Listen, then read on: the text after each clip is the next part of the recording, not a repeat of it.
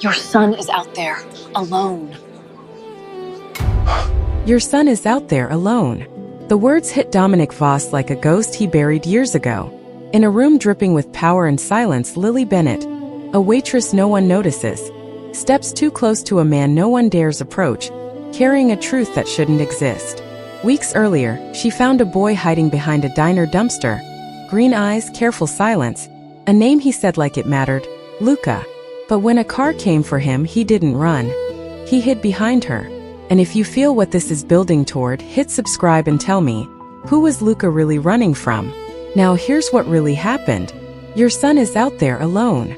I didn't plan to say it that night, not in a room like that, not to a man like him, but the words had been sitting in my chest for weeks, burning, waiting.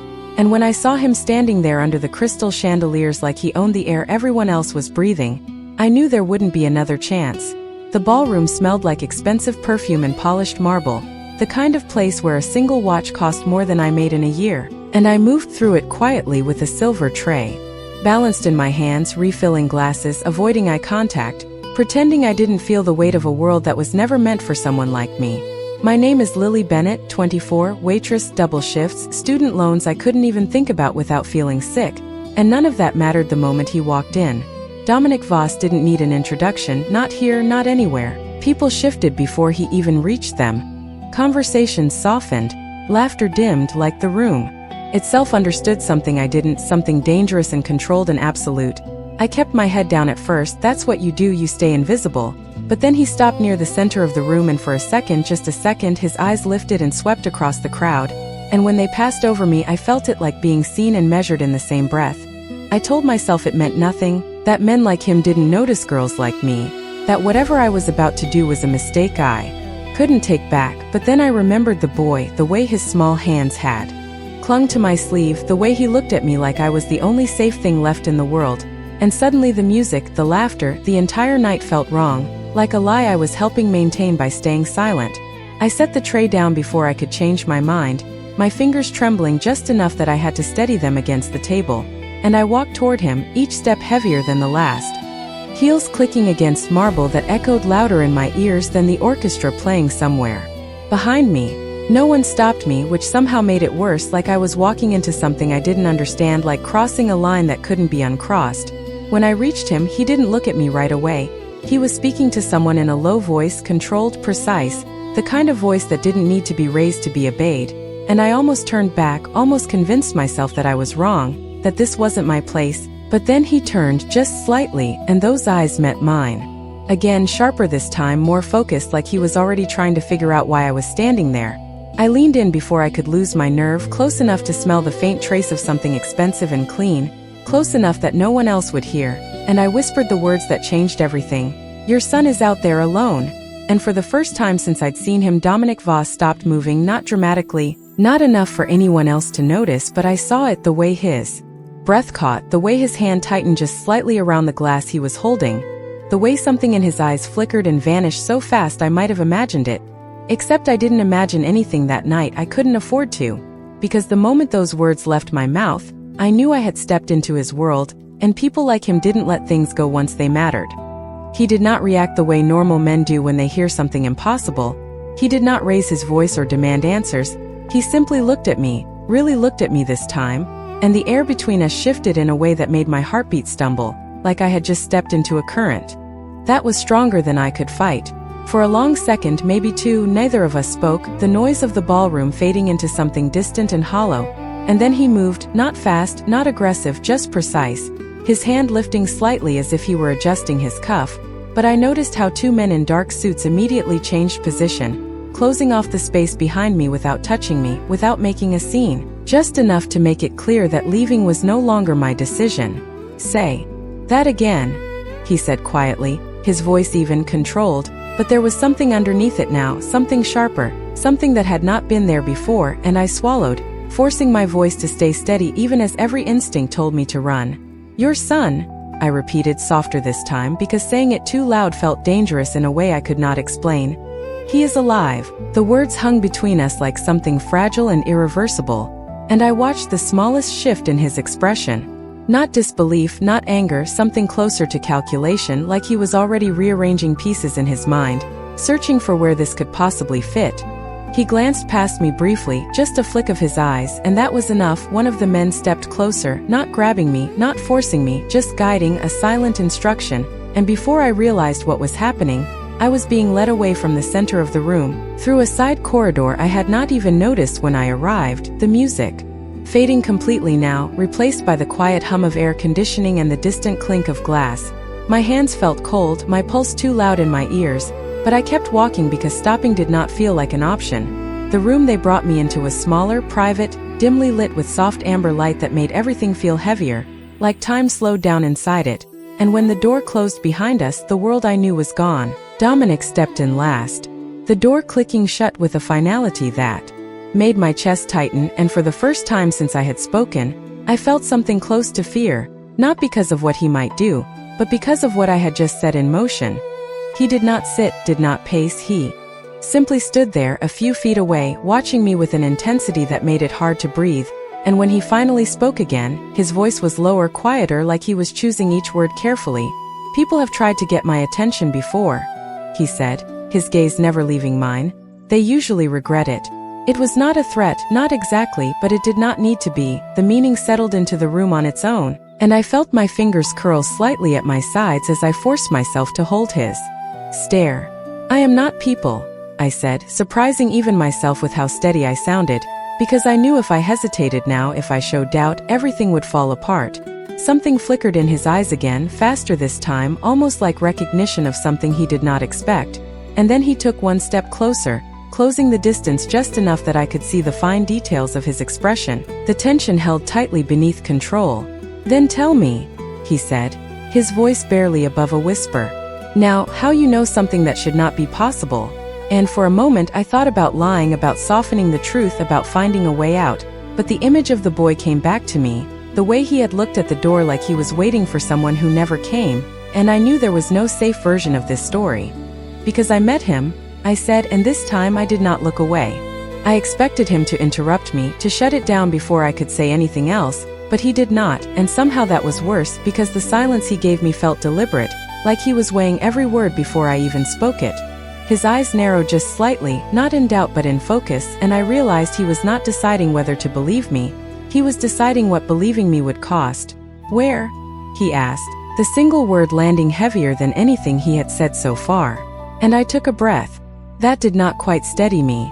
3 weeks ago, I said, my voice quieter now, not because I was afraid of him, but because the memory itself felt fragile. Behind a diner off Route 9 just outside the city, I was taking out trash at the end of my shift. It was past midnight, cold enough that the air stung your lungs a little. I could see it as I spoke, the flickering light above the back door, the hum of the refrigerator units, the smell of grease that never really left my clothes. I thought I heard something like someone moving, but not loud, just enough to make me stop. His gaze did not leave me, not once, and I wondered if he was already sending people to that place, already reconstructing everything I was saying in real time. He was sitting behind the dumpster, I continued, knees pulled in, trying to make himself small, like if he did not take up space, no one would notice him. My chest tightened a little at the memory, but I forced myself to keep going. I almost called the police. That was my first thought, because kids do not end up there by accident. But then he looked up.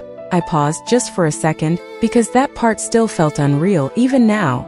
And I saw his eyes. Something changed in Dominic then, not visible to anyone who did not know what to look for, but I saw it. The way his jaw set just slightly tighter, the way his breathing shifted, controlled but not untouched. "Green," I said, holding his gaze.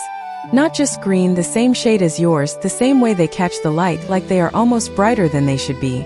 The room felt smaller suddenly, like the walls had moved closer without anyone noticing. "Kids can have green eyes," he said, but there was no dismissal in it, no real argument, just a statement placed carefully between us, and I nodded. "They can," I agreed. But not the way he looked at me. I let that sit for a moment because I needed him to understand that this was not about coincidence. He did not ask for help right away, he just watched me like he was trying to decide if I was safe, like he had already learned not to trust easily. I swallowed, remembering the way the boy had hesitated before speaking. And then he said something. Dominic did not move, but his attention sharpened, if that was even possible. "What did he say?"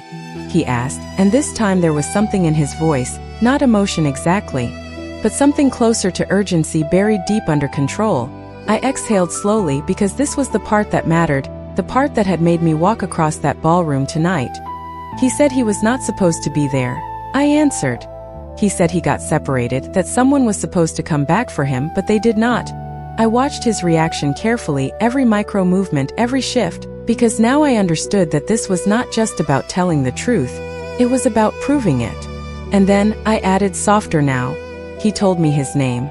The silence stretched again, heavier than before, and for the first time I saw something break through Dominic Voss's control, not fully, not enough for anyone else to notice, but enough for me to know I had reached something real. "Say it," he said, and this time it was not a command, it was a need. I met his eyes and did not look away. He said his name was Luca.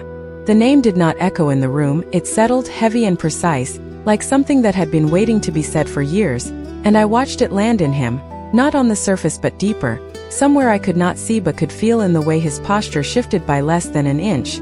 Dominic did not repeat it, did not question it immediately, which told me more than if he had reacted loudly, because men like him did not give silence unless they were calculating something that mattered. "That is not possible," he said finally, but his voice was different now, quieter, like he was speaking more to himself than to me, and I shook my head slightly, not arguing, just refusing to let the moment pass. "That is what I thought too," I said. But he did not sound confused, he did not hesitate, he said it like it was something he had been told to remember. I could still hear it in my head, the careful way the boy had spoken, like each word mattered, like he had practiced it. Dominic turned away. From me then, just a fraction, his hand coming up to rest against the edge of the table as if grounding himself, and for the first time since I had met him, he looked like a man who had lost control of something. Internal, not visibly, not enough for anyone else to notice, but enough for me to understand that I was no longer just telling a story, I was reopening something he had buried. "He would be 8, Dominic said under his breath, not asking, stating, and I nodded slowly. "That is about right," I replied. "Maybe a little smaller than other kids his age, but not by much." I watched his reflection in the polished surface of the table, the way his jaw tightened again, the way his eyes seemed to focus on something far away, something only he could see. "He had a jacket that was too thin for the weather," I added, because details mattered, because I needed him to see what I saw. Dark blue, worn at the sleeves, like it was not new, like it had been passed down or borrowed. Dominic's fingers pressed slightly into the edge of the table, not enough to draw attention, just enough to release tension he could not show anywhere else. "Did he say anything else?" he asked, still not turning back to face me, and I took a breath because this part had stayed with me more than anything. "He asked how far the highway was," I said. He kept looking in that direction, like he thought someone would come from there, like he had been told to wait. I could see it again, the way the boy had shifted his weight from one foot to the other, trying to be patient even when he was clearly tired. "And you left him there," Dominic said, not accusing, not yet, just stating something that hung dangerously between us, and I shook my head immediately. "No," I said more firmly this time. "I brought him inside, I gave him something warm to drink, I sat with him until the manager told me I had to close up." My voice softened slightly as the memory continued. "I asked if there was a number, a name, anything, but he only repeated the same thing, that someone was supposed to come back." Dominic finally turned back toward me then, his eyes locking onto mine with an intensity that made it hard to breathe again. "And then," he said, his voice low and steady again, control returning piece by piece, "what happened next?" I held his gaze, knowing this was the part that would decide everything. Not just for him but for me too. "A car pulled into the lot," I said slowly, choosing each word carefully. Not loud, not fast, just deliberate. The memory sent a chill through me even now, and the boy saw it before I did. Dominic's expression did not change, but something in the room did, something invisible and sharp. "Did he go to them?" he asked, and I hesitated, just for a second, because this was where certainty ended and something else began. "No," I said finally, my voice quieter. "Now." He stepped back behind me instead. That single detail changed everything, not just the story but the weight behind it, because children do not step back from the people they are waiting for, they run toward them, and I saw the exact moment Dominic understood that too. His eyes sharpened, not with confusion anymore but with something colder, something more focused, like a puzzle piece had finally locked into place. "He was afraid," Dominic said, not asking, and I nodded slowly. "Not panicking," I clarified. Not crying, just careful, like he had already learned the difference between safe and unsafe. The words felt heavy as I said them, because no child should have to learn that. Dominic's jaw tightened again, but this time he did not look away. He stayed locked on me, absorbing every detail like it mattered more than anything else in the room. "Tell me about the car," he said, and his voice was steady again, controlled, but there was urgency underneath it now, quieter but stronger than before. I closed my eyes for a brief second, pulling the memory back into focus. "It was dark," I said. "Not new, not old either, something in between, the kind of car you would not notice twice if you passed it on the street." I opened my eyes and met his gaze again. The engine stayed running, but the headlights were dim, like they did not want to draw attention.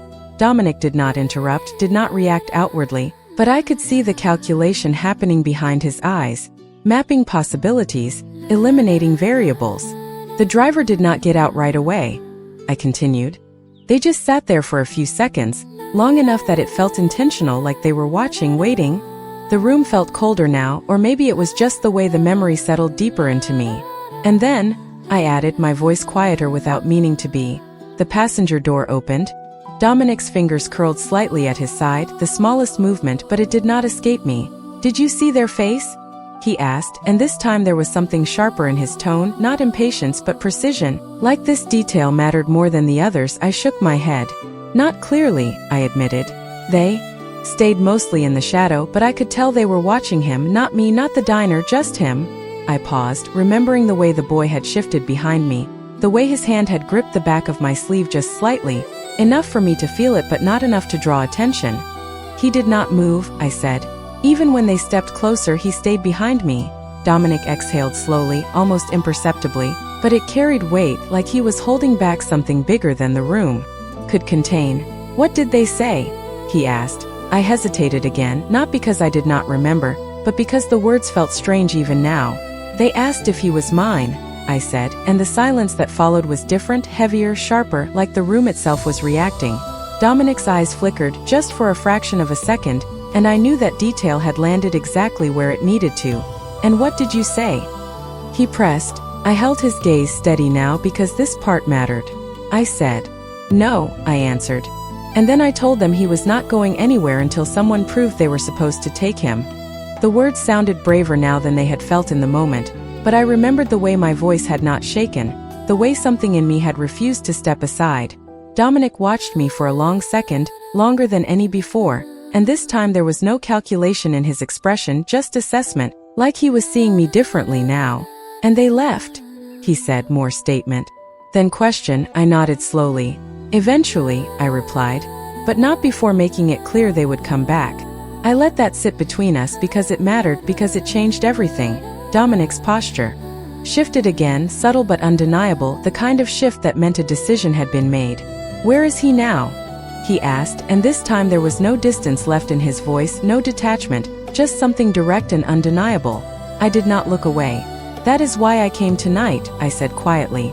"Because if we wait any longer, you might not get another chance to find him."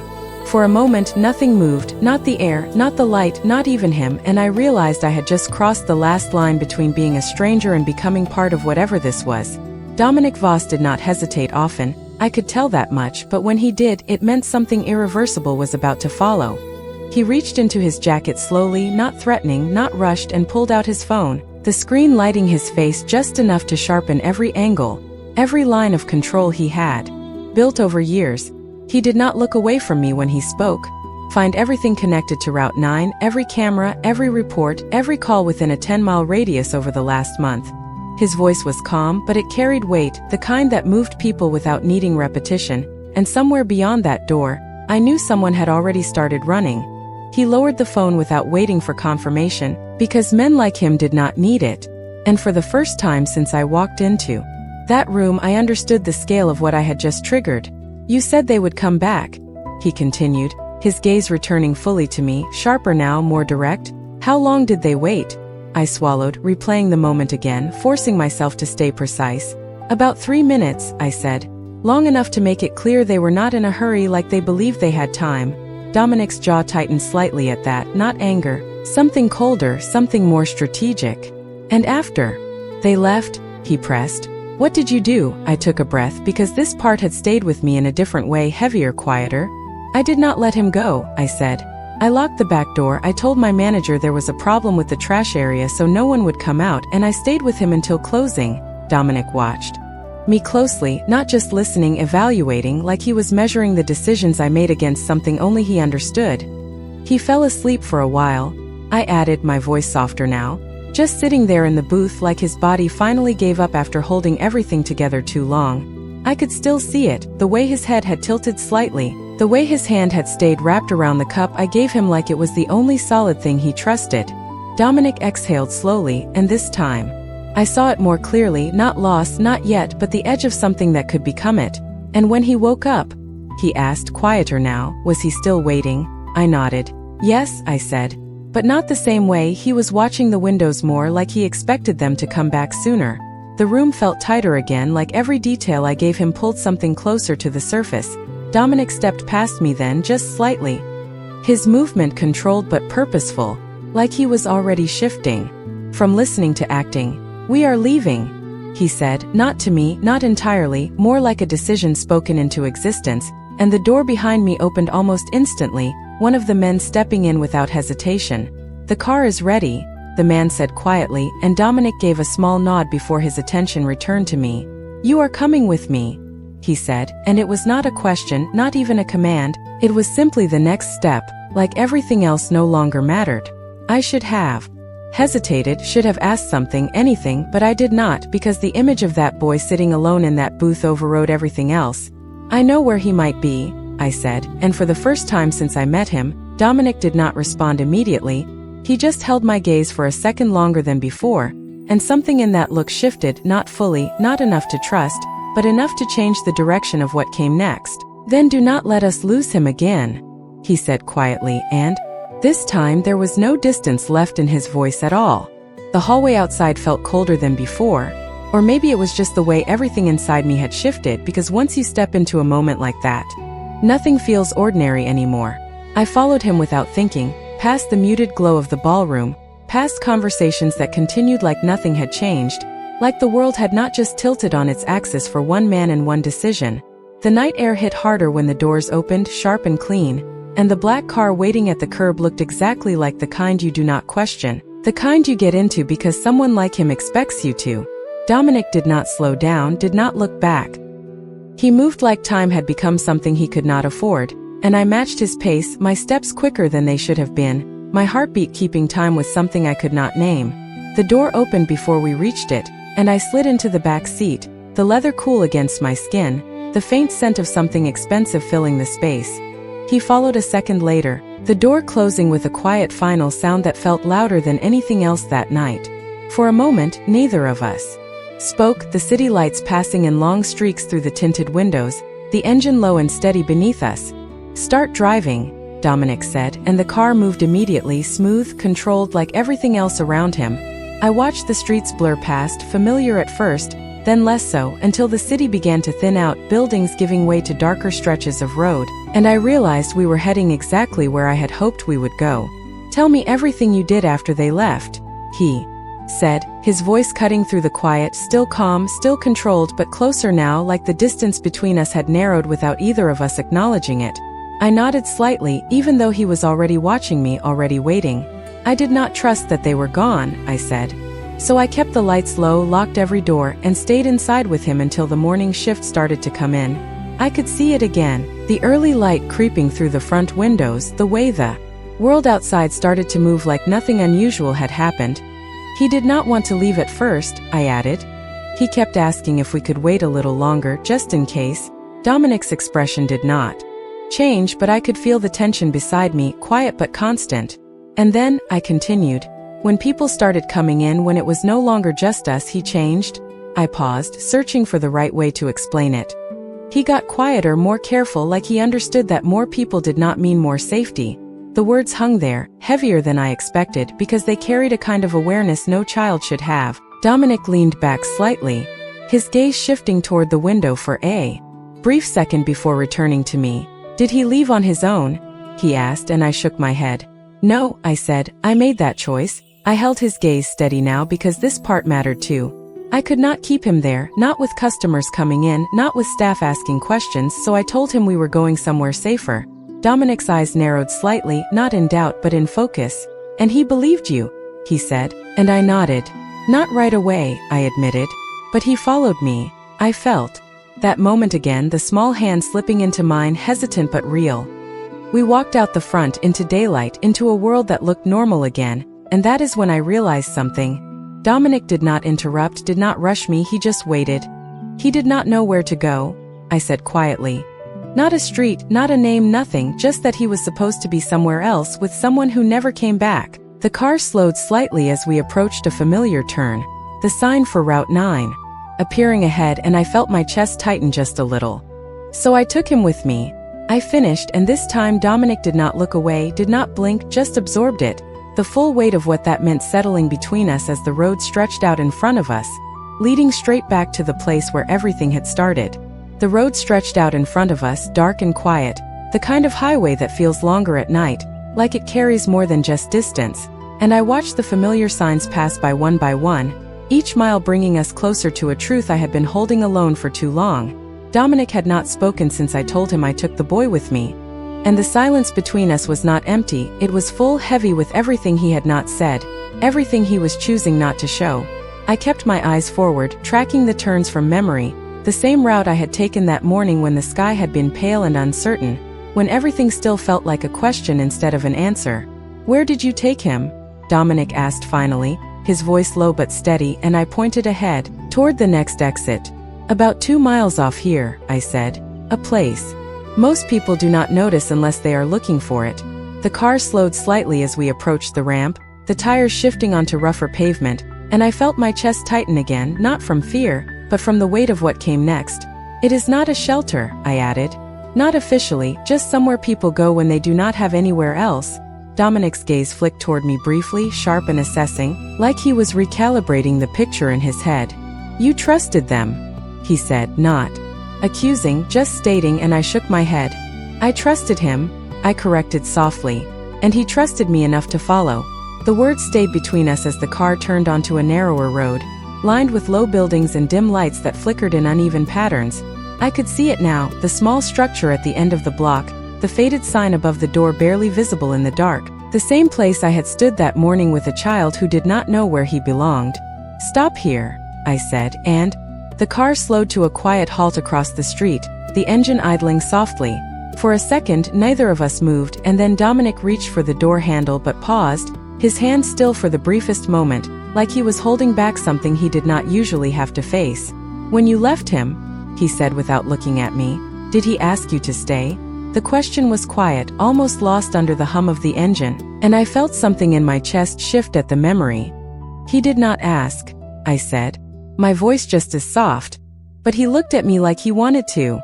Dominic closed his eyes for a fraction of a second, then opened them again, the control back in place, but not as absolute as before. He stepped out of the car without another word, and I followed, the cool night air wrapping around us as we crossed the street together. The building looked the same as it had that morning, worn but standing, a single light glowing behind the front window, and for a moment everything slowed, like the world was waiting to see what would happen next. Dominic stopped just short of the door, his hand hovering near it, not touching, not yet, and I realized that this, right here, was the moment he had been moving toward since I spoke those words in that ballroom. If he is not here, he said quietly, more to himself than to me, then we are already too late. I did not respond because I knew this was not something I could answer, not something anyone could control anymore. I reached for the door and pushed it open slowly, the faint sound of a bell echoing inside, and as the light spilled out onto the sidewalk, I felt my heart start to race because whatever waited on the other side of that threshold was about to change everything for both of us. The bell above the door rang softer this time, like the sound itself understood this moment needed quiet, and the warmth inside wrapped around us in a way that felt almost out of place compared to everything we had carried in with us. The room was small, simple, a few worn chairs, a counter with a coffee machine that hummed steadily, and a woman behind it who looked up as we entered, her eyes moving from me to Dominic and then back again, pausing just a second longer than normal, like she sensed something different about this night. We are closed, she said gently, not unkind, just tired, but I stepped forward before she could say anything else. I brought a boy here 3 weeks ago, I said, my voice steady but softer than before because this place demanded it. About 8 years old, dark hair, green eyes. The description hung in the air, and I saw the moment recognition sparked in her expression. She glanced toward the back hallway, then back at me, and that single look was enough to make my pulse quicken. He stayed here for a few days, she said slowly, choosing her words carefully. Quiet kid, polite, did not talk much, but he watched everything. Dominic did not move beside me, but I could feel the shift in him, the way every word tightened something invisible and important. Where is he now? Dominic asked, and his voice was controlled, calm, but there was no distance left in it at all, none of the detachment he carried earlier, just something direct and unguarded. The woman hesitated, her gaze flicking toward him again, measuring, uncertain, and I stepped closer to the counter. Please, I said quietly, this matters. She studied my face for a second longer, then exhaled slowly. A man came for him, she said. Not the same kind you described, not careful like that, just certain. Dominic's fingers curled slightly at his side, the smallest movement, but I saw it. When? He asked. 2 days ago, she replied. Early morning, before most people were up. The words landed heavier than anything else so far. Because 2 days was not far. But it was not now either. Did the boy go with him? I asked, even though I already knew the answer mattered more than anything else. The woman nodded. He did, she said. But not right away. He stood there for a long time like he was trying to decide something. I felt my chest tighten again, the image forming in my mind too clearly. What made him go? Dominic asked, and this time there was something different in his voice, not just urgency, but something closer to hope balanced against it. The woman hesitated again, then reached under the counter and pulled out a small folded piece of paper. He left this, she said, sliding it toward me. Said if someone came asking, I should give it to them. My hands felt colder as I picked it up, the paper worn slightly at the edges like it had been folded and unfolded more than once. I glanced at Dominic before opening it, just for a second, and then I unfolded it carefully. The handwriting was uneven, careful, like someone who had learned to write by copying more than practicing, and the words were simple, but they hit harder than anything else that night. I waited, it read. But I think I know where I need to go now. I felt the weight of those words settle into the room, into him, into everything that had brought us here. Beneath it, there was something else, smaller, almost like an afterthought, but it mattered just as much. A street name written in the same careful script, one I recognized instantly because it was not far from here, not far at all. I looked up slowly, meeting Dominic's eyes, and for the first time since I had seen him, there was no question left in them, no doubt, just something clear and undeniable. He took the paper from my hand without a word, his gaze scanning it once, twice, and then he folded it back along the same lines, precise, controlled like everything else about him, except this time, there was something new underneath it, something that had not been there before. We are not too late, he said quietly, and it was not a statement of fact, not yet, but it was close enough to belief that it changed everything.